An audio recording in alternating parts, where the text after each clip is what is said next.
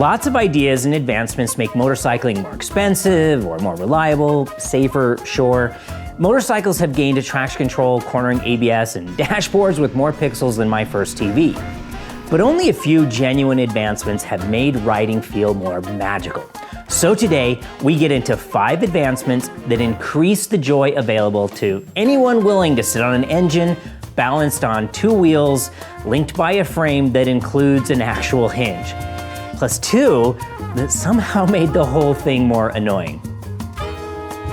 Now, back in the old days, engines used something called points. And points were tiny mechanical contacts that opened and closed to spark the engine.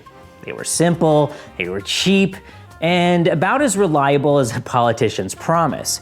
If it rained, they stopped working. If you hit a bump, they'd stop working. If you sneezed, they'd stop working. I mean, if you looked at them funny, that's right, they stopped working. Every rider with a gray beard probably has a story about standing on the side of the road, helmet off, searching the ground for a discarded matchbook so that they could reset the gap of the points. And then electronic ignition showed up like a superhero with clean clothes and actual electricity. Now Kawasaki, because of course it was Kawasaki, you know, the company that builds jet engines and tanker ships for their day job, well, Kawasaki was the first to put it on a production motorcycle, the Mach 3 500. And the moment it arrived, every rider collectively asked why we had been living like medieval peasants for so long. Electronic ignition meant accurate spark timing, fewer breakdowns, and zero matchbook archaeology on the side of the highway. It's one of the rare advancements that did not just make motorcycles better, it made riders happier, less stranded, and more likely to say, kids today just don't know how good they have it. Before radial tires, motorcycles rolled around on bias ply tires, and bias ply tires were made from layers of fabric crisscrossed over each other. It was like someone built a tire out of old blue jeans. They were stiff, they were heavy and vague, they handled heat about as well as a chocolate bar handles a sunny dashboard. If you pushed them hard, they squirmed, they wiggled, and generally behaved like the bike was trying to answer a question that it didn't understand. Radial tires changed everything. Instead of crisscrossing layers, radials use cords that run straight across with steel belts around the tread. This makes the sidewalls flexible, but the tread controlled and the contact patch consistent. The first production sport bike to wear radials was one of the greatest motorcycles of all time, Honda's spectacular V4 marvel, the RC30. That bike was a technological flex that showcased ideas that are commonplace today. Modern motorcycle tires are ridiculous in the best possible way. They warm up fast, they grip like crazy, they shed water, they handle heat, and somehow still last longer than they should. A modern sport touring tire offers more grip than full race tires from the 90s. A modern sport tire lets the average rider lean like their childhood posters. And adventure tires now do magic tricks, giving real off-road traction without turning your pavement ride into a jackhammer session. Today's motorcycle tires are proof that science occasionally loves us. They are one of the biggest contributors to how good motorcycles feel today. So right now is the perfect time to talk about today's sponsor, because Cardo really does belong on this list. It enhances the entire experience of riding a motorcycle. I mean, a good comm system should make riding better without calling attention to itself, and Cardo absolutely nails that. I mean, you turn it on, you start riding, and everything just works. So if you ride alone, you can listen to music or your favorite audiobook or your favorite podcast, which naturally is the official Canyon Chasers podcast. You can get turn-by-turn directions from your phone, which stays safely in your pocket instead of bolted to the handlebars like a frightened limpet.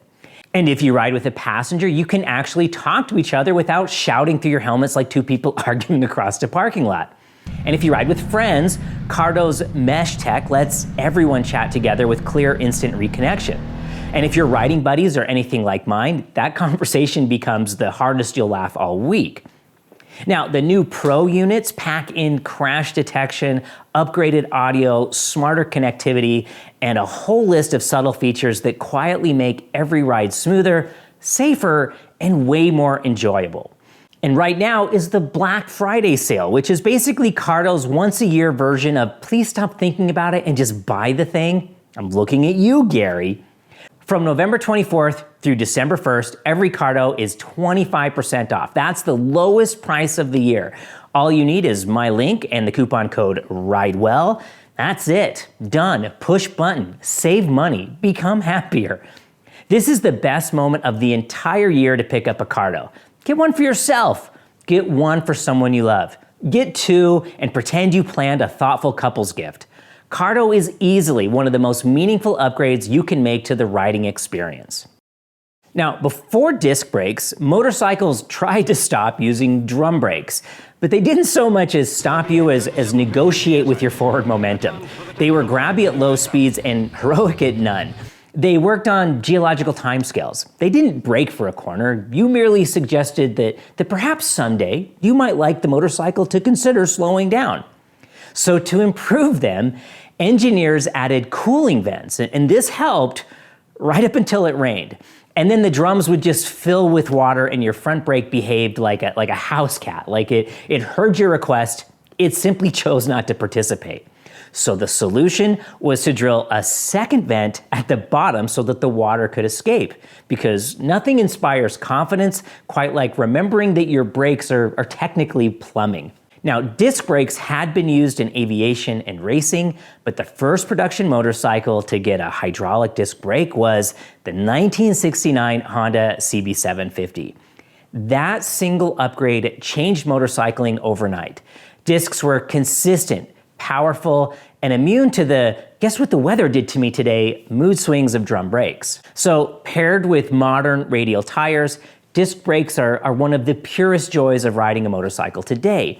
They give real stopping power, real control, and a level of confidence that drum brakes could only dream of while hurling you past your intended turn with the enthusiasm of a runaway minecart. So disc brakes are one of those rare advancements that made motorcycles feel better, safer, and far more fun. They're the reason braking is now a riding technique instead of a vague hope. Before cartridge forks, motorcycles relied on damper rod forks, and damper rods were simple metal tubes with a couple of holes drilled in them. That was the whole damping system. A few holes, thick oil, and some hope. But instead, it produced the same level of refinement you get from shaking a jar of mayonnaise. Damper rod forks were harsh over square-edged bumps, mushy under braking, and unpredictable everywhere else. They dove like a submarine the moment you touched the brakes, and then pogoed back up like they were trying to buck you off. They were so bad that in the 80s, an entire cottage industry appeared promising solutions. BMW created Telelever, which looked like they'd stolen the suspension from a small lunar rover. Yamaha gave us the GTS 1000 with its single-sided rad front end, 2 Ds, that made your bike look like it came from a future that never happened. And every aftermarket company tried to sell gold anodized solutions that claimed to make your damper rods behave like something more sophisticated than colonial-era plumbing. And then cartridge forks arrived and saved us. It's a self-contained damping system inside the fork tube. So instead of oil just smashing through random holes, it flows through valves and shims that control compression and rebound with actual precision. Cartridge forks changed everything. Suddenly you could brake harder without the fork collapsing. You could turn in confidently because the front end stayed supported. You could hit bumps mid-corner without the bike reacting like you had offended it. Modern riding techniques from trail braking to fast transitions became possible for normal riders because the front end finally behaved like a partner instead of a dare. Carburetors were mechanical devices that mixed air and fuel using nothing but vacuum pressure, brass doodads, and whatever level of optimism you brought to the ride. Early carburetors even needed to be tickled. Tickling meant pressing a tiny little fuel pump on the side of the carburetor until gasoline filled the bowl and spilled out over the carb, onto your engine, and all over your hands. Because nothing says high-performance engineering like priming your bike with raw fuel and hoping the wind blows the right direction. Carburetors worked fine at one elevation. Pick an elevation, any elevation, but that was your elevation. Riding from sea level to the top of a mountain in one day was the same level of ambition as Hillary trying to get to the top of Everest wearing wool and wax cotton. As you climbed, power dropped, throttle response dissolved, and the bike coughed like it had developed tuberculosis. I mean, the full 19th century version, you know, the kind where the doctor told you to drink more whiskey and hope things get better. Tuning them was an exercise in pain. You had idle jets, needle jets, and main jets, all handing off responsibility to each other like an uncoordinated relay team. And they all needed to be perfect or nothing was right. If you had more than one carburetor, you had to synchronize them using glass tubes full of mercury. Because of course, we balanced high-speed engines using a neurotoxin. What else would we use? The only thing consistent about carburetors is that they hated every single rider equally. The first production bike to use fuel injection was a 1980 Kawasaki Z1000H. Because of course it was Kawasaki, you know, the company that built space modules and high-speed trains for their day job. Now, early systems were rough. They hunted at idle, they surged on throttle, and generally behaved like vintage carburetors in digital cosplay. But modern fuel injection is a miracle. Paired with advanced mapping and ride-by-wire throttles, it gives smooth power delivery at any elevation. Perfect fueling in every gear and throttle response that feels telepathic.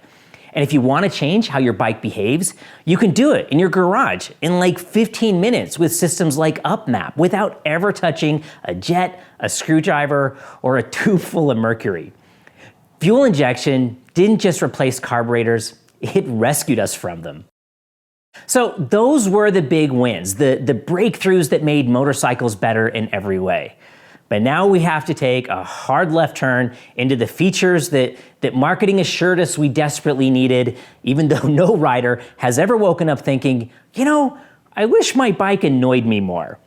These are the technologies that somehow made the experience worse. First on the list is the modern TFT dashboard. TFTs were supposed to be the future, bright, fancy, high resolution, a whole digital universe right at your fingertips. And yet, the moment the sun hits them, they turn into a glossy black mirror that reflects 10 billion lumens of sunlight into your eyes. And the menus, a sea of menus, nested inside menus, hidden behind submenus, accessed with handlebar switch pods that are somehow more complicated than the sequence of buttons Sigourney Weaver needed to eject an alien into space. I think you press up, up, down, down, left, right, B, A, start, and then I think maybe you hold it for 3 seconds, and then you sacrifice a goat, and then nothing happens, and so then you do it again. But the greatest frustration of all is that service light, that tiny glowing reminder that refuses to turn off. Not because you can't figure it out, but because the motorcycle will not let you. You have to go to the dealer and pay actual money for them to tell the motorcycle he did the oil change, stop tattling. A full hour of labor so your dash will stop scolding you. And if a TFT breaks, you can't just replace the screen. Oh no. For security reasons, it's paired with the key, the ECU, and probably your childhood memories. So instead of a $200 fix, you now need an entire new ignition system. And this can cost several $1,000s, which is a fun way of finding out that your dash is worth more than your first motorcycle. I mean, seriously, what was so wrong with big circles and bright red needles? Analog gauges never stopped working in the sun, were easily replaceable, sometimes repairable, and they still look fantastic. Meanwhile, TFT dashes go out of style faster than model year paint schemes. TFTs promised the future and then mostly delivered glare, confusion, and the existential dread of a $4,000 bill. And now, the grand champion, the worst of the worst, the undisputed king of unnecessary frustration, Keyless ignition systems on motorcycles. I mean, was turning a key really that hard? Was that the problem holding us back as a species? Because with most of these systems, I still have to twist this thing. So why does this exist? Why did this help? What problem were we solving? Sure, the one advantage is that if you were the kind of rider who regularly left your key in the ignition, or occasionally when you put on your helmet and gloves only to realize your key is still in your pocket, keyless can save you from those extremely minor inconveniences. Truly the Everest of human challenges solved. But everything else about keyless is a masterclass in irritation. More batteries to die, more electronics to glitch, gas station canopy lights interfering with the RF signal so your bike refuses to start until you push it out into the sun like you're charging a solar calculator. And let us not forget about the absolute best part. The flaw so perfect, it should be studied in engineering schools. You still need the physical key to remove the seat. So you stick the key in the lock and leave it there. But because the bike sees the fob, it assumes that everything's fine and happily lets you ride away, until the key vibrates out and yeets itself into the ditch at highway speed. And now what? Now you own a very expensive sculpture.